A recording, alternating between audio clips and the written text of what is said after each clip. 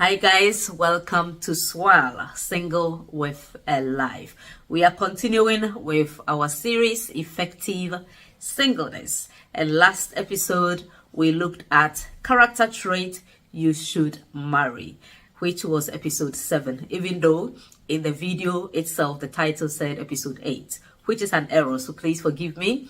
This is actually episode 8. I'm going to be looking at some group of people that you should not marry. And so I'll be delving more into those character traits to help you to be able to identify them, especially if you desire to have a godly home, a peaceful marital journey, and you want the best to come out of your life as a married person. Then it's very important that you pay attention to today's teachings to make sure that these people are not in your lists of people that you want to marry. Please encourage me by clicking on the thumbs up. Leave a reaction on this video. It could be just liking the video or leaving a comment, sharing and subscribing to help support the work that I do with my singles.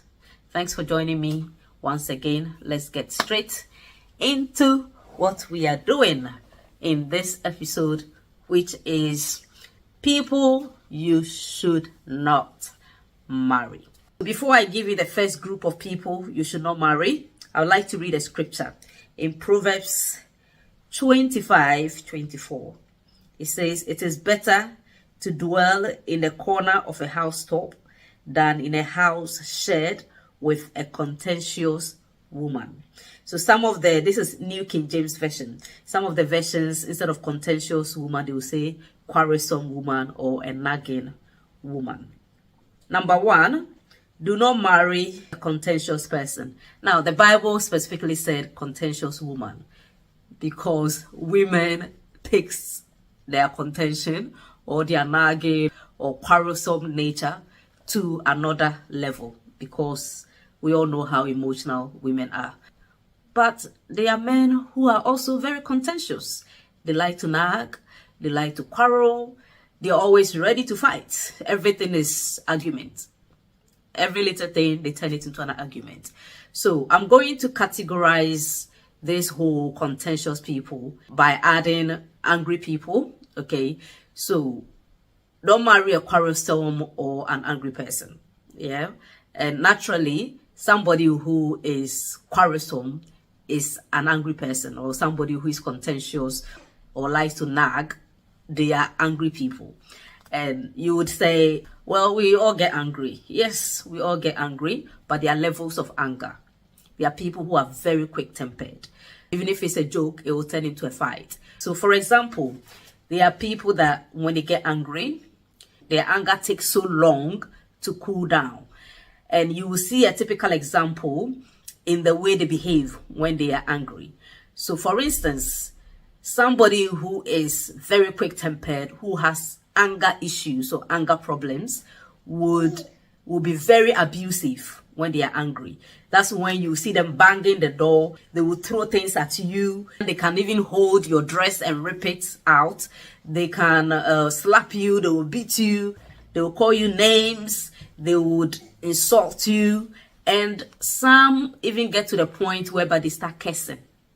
And that's when it now leaves the physical into the spiritual. Because when they start cursing, they are now inviting spirit into the whole thing.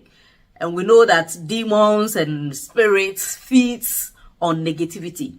So when somebody is becoming very negative, they're becoming very abusive, very toxic, whereby they can now curse you, they're calling you names, they are telling you how worthless you are, how useless you are, how good for nothing you are, and they just treat you anyhow.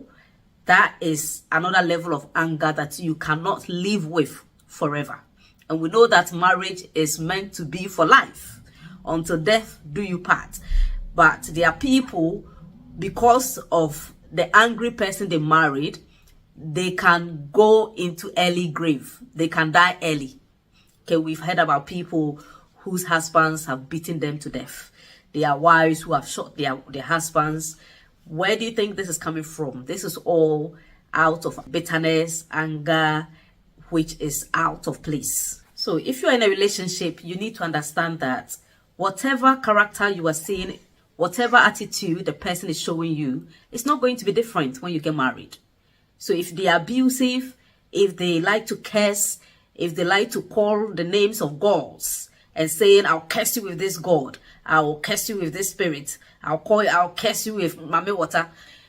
These are not things that you joke with. Don't marry somebody who is constantly insulting you, constantly beating you, constantly doesn't want to talk to you because they are angry, and until they cool off, you can't reach them. If you take that into marriage, you're going to be depressed, you're going to be stressed. You can even have mental issues as a result of that, and you can die. So please don't take these things lightly, and don't let love blind you. Whatever you are seeing now is the same thing you're going to be living with for the rest of your life.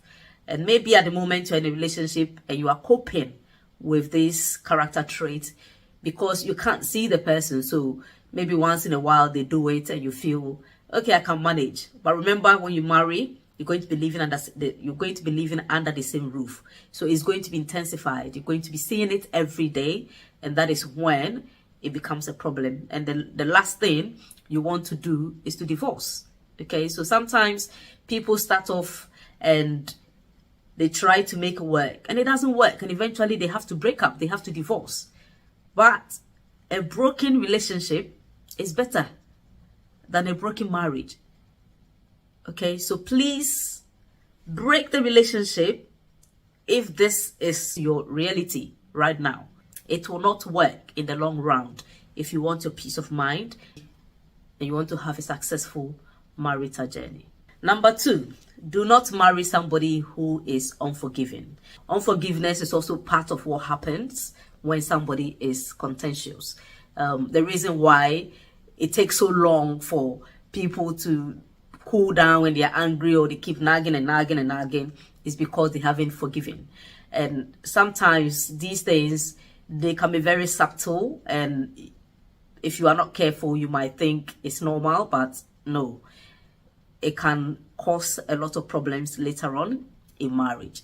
So, a typical example, if this person is always referring you to the past, they've got a book, they've got a journal where they write everything that you do. So anytime you hurt them, they jot it down. Anytime you did something wrong, they've written it down. It's very easy for them to refer you. All they have to do is to go and pick the book and say, well, on 21st of December 2023, this is what you did to me, and I forgave you, and you said you will never do it again. And today, being the 1st of February 2024, you've done it again. They are literally not going to forget. One of the things that 1 Corinthians 13, 4-6 talks about regarding love is that love is not easily angered. It does not keep records of wrongs. So if this person is always keeping records, reminding you of every little things you've done, come on, how are you going to have your mental sanity? How are you going to live in peace when you always have to go back to the past? If you are in a relationship like that and the person for so long has not changed, it simply means they are not going to change. So please don't go ahead and marry them. The third kind of people you should not marry are people who feels marrying you is doing you a favor.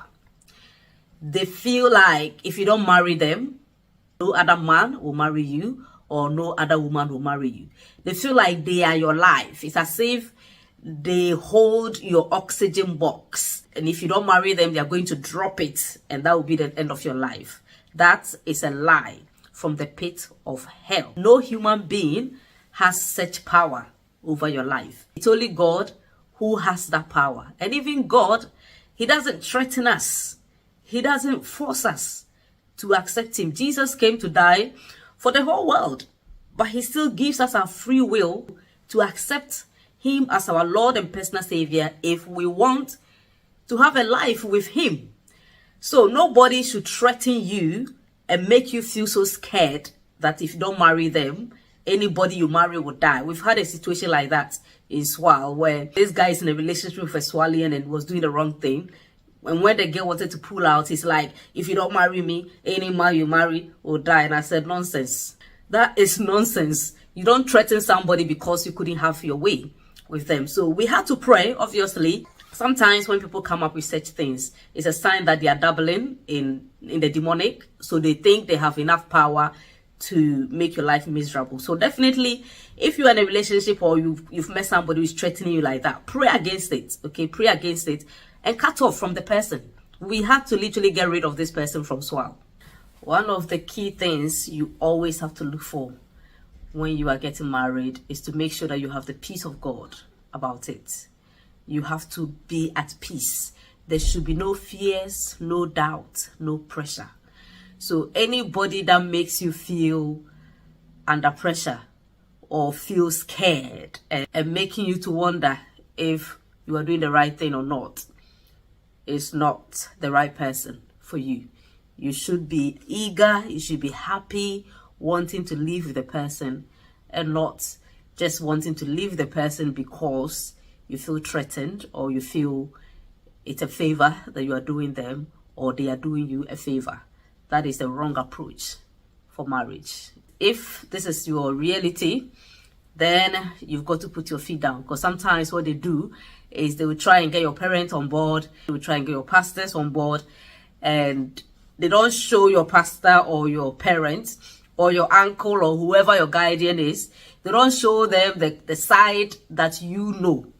So these people will be so eager wanting you to marry them, not knowing that they are pushing you into the wrong hands. So you, the person that is getting married, you know your boyfriend or your girlfriend or whoever is trying to marry you, you know them better. So make sure that you put your feet down, and if you are not at peace, if you are not eager, you are not excited to marry them, don't go ahead and marry. The fourth group of people I would advise you not to marry are lazy people. Oh my God, I don't know how to overemphasize this. Don't marry a lazy person. Marriage is one place that laziness does not help. Marriage is one place that if you are lazy, it would easily show, and it can easily cause so many problems. Remember I said, whoever you are marrying, however their attitude, their character is, it will not change when you get married. In fact, it's going to be amplified, because right now you are single, you live in your different homes. So if you don't brush your teeth, if you don't bath, if you are not cooking, if you are not tidying up your house, the person you want to get married to will not know. They wouldn't see it. But once you come and live under the same roof, this is where your weaknesses are going to be exposed, because the person can see you 24/7. Everything you are doing, they can see. And this is also where you become very annoying and very difficult to live with. And this is where, for instance, if you are a firstborn, you've got to pay more attention. Because most of the time, if you're a firstborn and you have younger siblings at home, you are likely to just be the one ordering your siblings to cook, to clean, to do this. It's like you are supervising them. So you may end up not knowing how to do a lot of things, or you can become lazy eventually. Because you are not doing it consistently, it will not become a part of you. So when you now get married, you realize that actually you are not used to these house chores. You don't really like doing these house chores. And this is also why sometimes the firstborns don't get married first. You see that the younger ones will all get married. I mean, I'm not saying in all cases, but in some cases, the young ones will all get married, because the young ones are more resourceful. They are more hardworking. So if you are a firstborn, make sure that the house chores, it's not going to change. When you get married, you're going to still be doing house chores. And this time around, it's going to be 2 people. So if you used to do it for yourself alone, as a single man or a single woman who is living alone, when you get married, it's the 2 of you. So the work is going to be double. Marriage is one place that there is a lot of work. In fact, I'm going to read what I've written down to make sure that I don't miss anything important. Okay. So in marriage, you're going to work more and sleep less, especially if you are not financially stable before you got married. If you are not financially free, you don't have financial freedom. And financial freedom, I mean, is you being able to buy anything and go anywhere and do anything that requires money without you having to even look at the price. You like something, you see a shirt, you like it, you buy it regardless of the price you can afford. You want to travel to the US right now, you don't care about plane tickets amount. You can just go because you've got the money to afford it. So once you are financially independent, or once you are financially free, you have financial freedom, it doesn't matter the price tag on things. You've got money, okay, to be able to do it. Now, an average single is not financially free. And most of the time, even those of us who manage to save a lot, by the time we are getting married, we use most of that money on the wedding. So you enter your marriage, you are back to square one because all your money is gone. And you have to now be working so hard to save again. And because you are now responsible for yourself, you've left your parents' home, it means you are responsible for the bills, the food, the rent, and everything. And if you don't have money, it means that you have to do 2 jobs, you have to do 3 jobs, or you have to work so hard. And sometimes some of the jobs, they are not even paying very well, but because you need the money, yeah, so you have to work like a donkey. So you'll be working more and sleeping less. Because sometimes the time you have to wake up and go to work is so early in the morning and you come back home very late. And especially, you will understand what I mean by you work more and sleep less when you start having children. You will no longer have sleeping time or waking up time. You wake up when your kids are awake.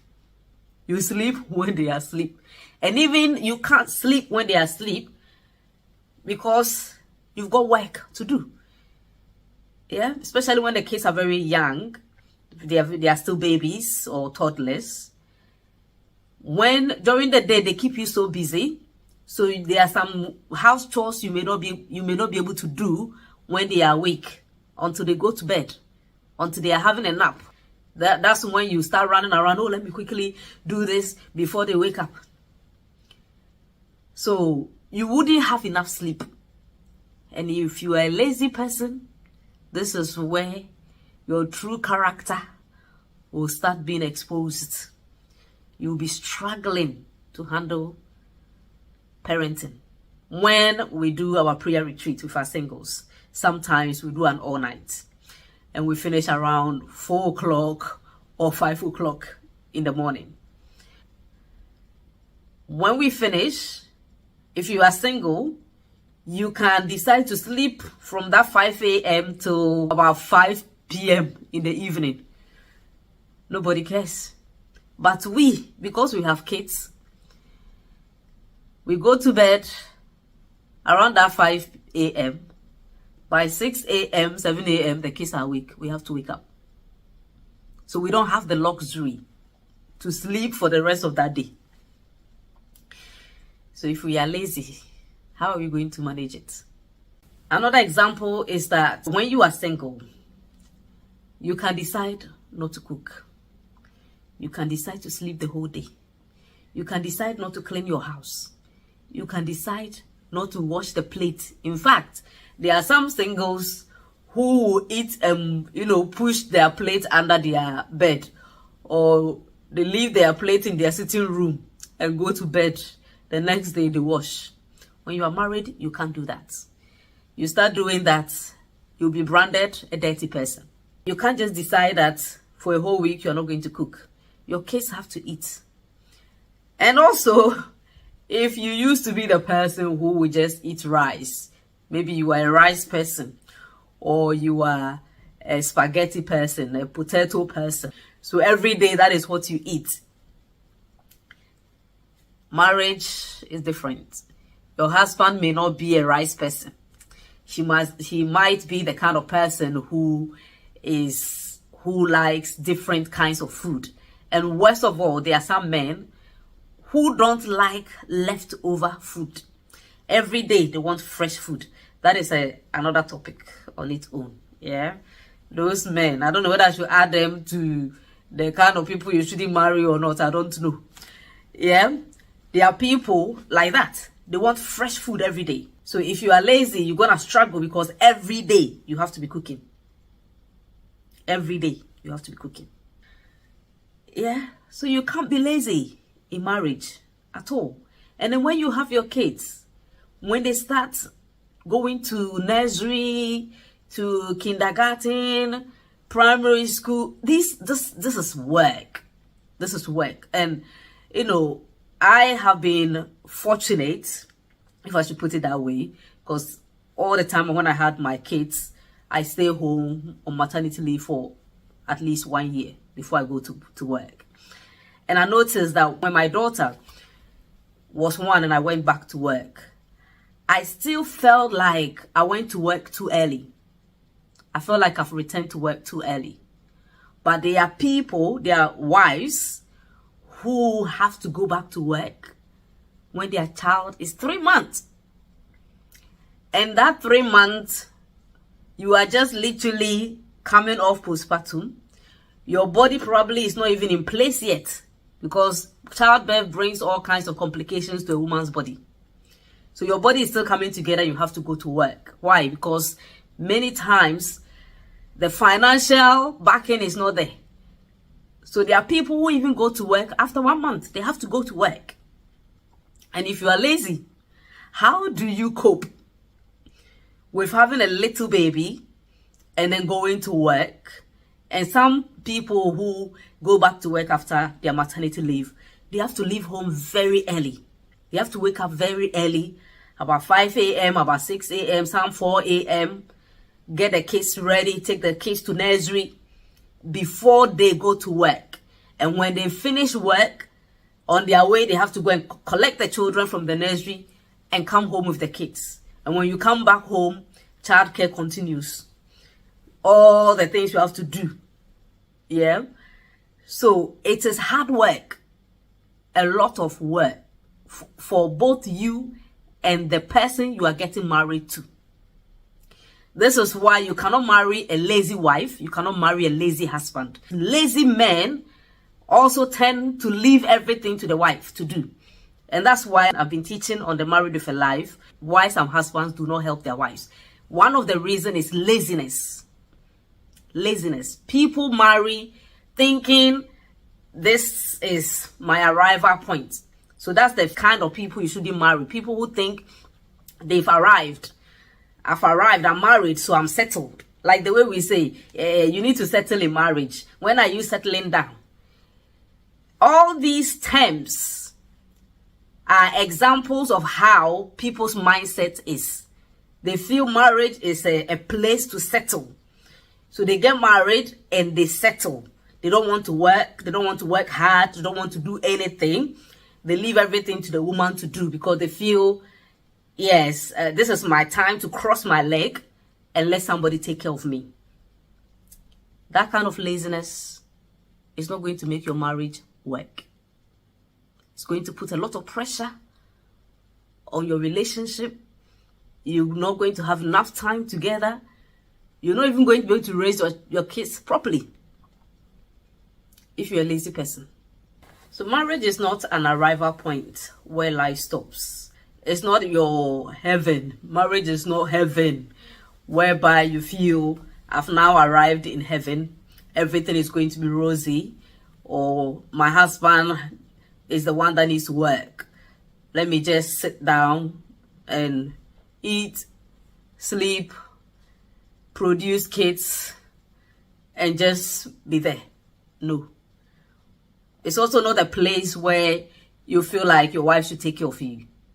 So you leave everything for her to do. She has to be the one doing the childcare. She has to be the one cooking. She has to be the one doing the house chores, and also go out and work and bring money whilst you cross your leg and sit down. You are not helping her, and you think it is manly. You think you are the boss in the house. So this is your time to be worshipped. No, it is sheer laziness. And if that is your mindset as a single, which you are taking into marriage, then you're gonna really, really struggle in that marriage. And actually, if you're in a relationship and you have the slightest clue that this man or this woman thinks you are the one going to take care of them when you get married, they think marriage is their arrival point, or you can sense laziness where they don't want to improve themselves, they don't want to grow, they don't want to do anything new, they want you to do everything for them, then you have to think about it carefully. Make sure these people genuinely change, and I wonder if you can change them. But if they don't change, please don't marry them.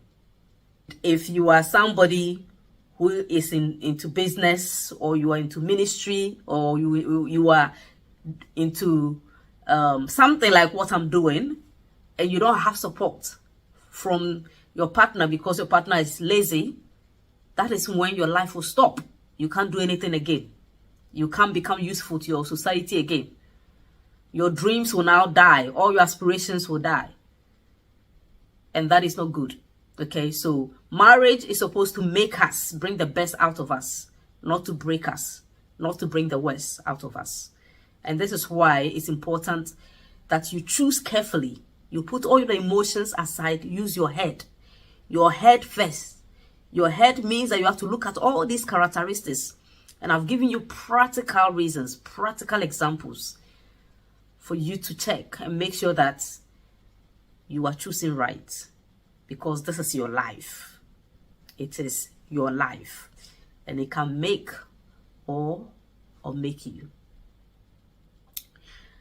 Yes. And the last group of people I would say you should not marry are the people that we call mommy's boy, daddy's girl, or they are also daddy's boys and mommy's girls.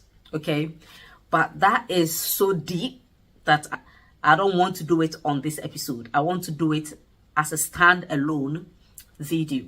Okay, so in my next episode, which is episode 9 of Effective Singleness, we're going to be looking at why you should not marry a mommy's girl, a daddy's girl, a mommy's boy, a daddy's boy.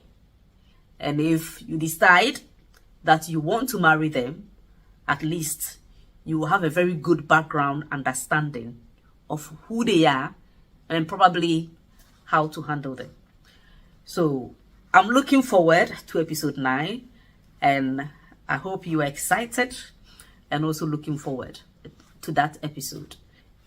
Please make sure you click on the thumbs up to like this video. I'm always looking forward to hear your thoughts. Okay, so please leave your comments. If you've got any question, any topic that you want me to treat, please leave it in the comments. If you're going through any personal challenges in choosing your spouse, or in deciding whether the person you are with you should marry or not, you can send me an email. Okay, send me an email, outline the situation, and let me assess it. Okay, I'll give you my honest opinion, but ultimately the decision is yours. No matter how good somebody thinks a person is, no matter how bad they think a person is, you are the one who knows them better. You are the one who is going to live with them for the rest of your life. So if you choose wrongly and it goes wrong, you are the one who will suffer. If you choose well and good comes out of it, you are the one who will enjoy. So this is why it's important that you get all the knowledge, you get all the guidance, all the counseling as much as possible, and then you let the Holy Spirit guide you to make that final choice of a spouse. I hope this video has blessed you. Once again, thank you for joining. Please share this video. These are good stuff that I've taught on this video. And so don't leave it to yourself. Don't keep it to yourself. Share it with others, especially the young people you know around you. Share it and let it be a blessing to them. If you haven't subscribed to my channel, please do. Subscribe on Facebook, subscribe on YouTube. Click on the notifications to receive alert anytime I'm live or anytime I post new videos. And thank you for watching. God bless you. I'll see you in episode